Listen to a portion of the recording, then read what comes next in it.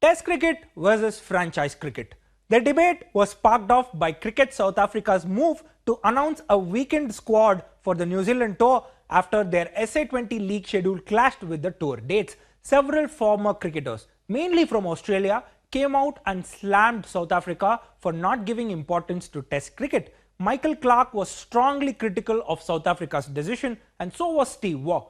Well, they are not wrong in saying that South Africa's decision is detrimental to Test cricket, but let us talk about the other side too, yeah? Why did South Africa choose to prioritize the SA20 league? The simple reason is survival.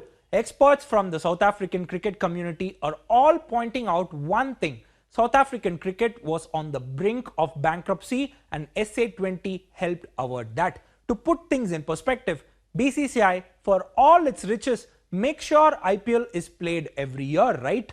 An exclusive 2.5-month window in the ICC calendar. Perhaps the BCCI can survive without the IPL, but Cricket South Africa simply cannot.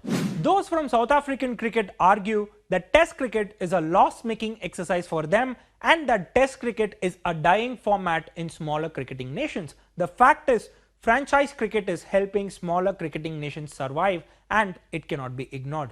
Perhaps the question to be asked is, what is the way forward? Is there a need for so many bilateral T20 series? What does a bilateral T20 series add in terms of value to the game apart from entertainment?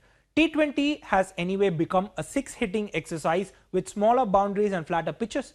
Clearly, the number of all-format players has dwindled. The primary reason for this is that T20 as a format is a completely different ball game compared to Test cricket, and last but not the least, the tighter cricketing calendar. There is barely any space for countries to give importance to franchise cricket. So one sensible thing to do would be to reduce the number of T20 bilaterals and provide countries with a window for franchise tournaments. This would help in fan engagement and revenue generation as well. Quite similar to how football works, isn't it? Players play for clubs and then there is an international window now and then. Perhaps T20 would be better off being treated this way because T20 cricket is more about entertainment and countries might as well benefit from it financially.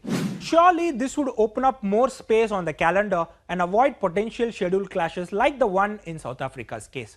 There is no denying that franchise cricket tends to sway players' heads away from the longer format, and an average cricketer from a small town whose mode of survival is cricket tends to prioritize franchise cricket rather than playing Test cricket for their country. I happen to find out that some domestic players, whom I will not name, focus on the Syed Mushtaq Ali Trophy rather than the Ranji Trophy because this helps them land an IPL contract or a TNPL contract or a Karnataka Premier League contract for that matter. Who am I to blame them?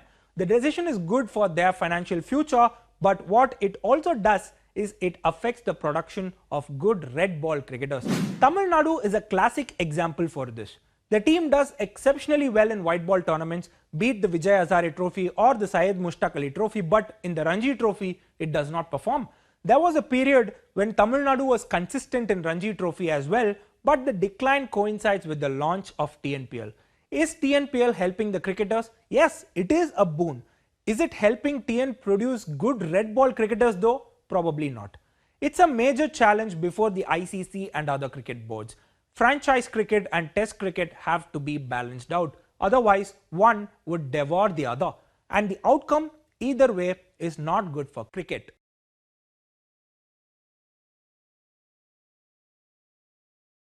Subscribe to the Federal's YouTube page for more news and updates.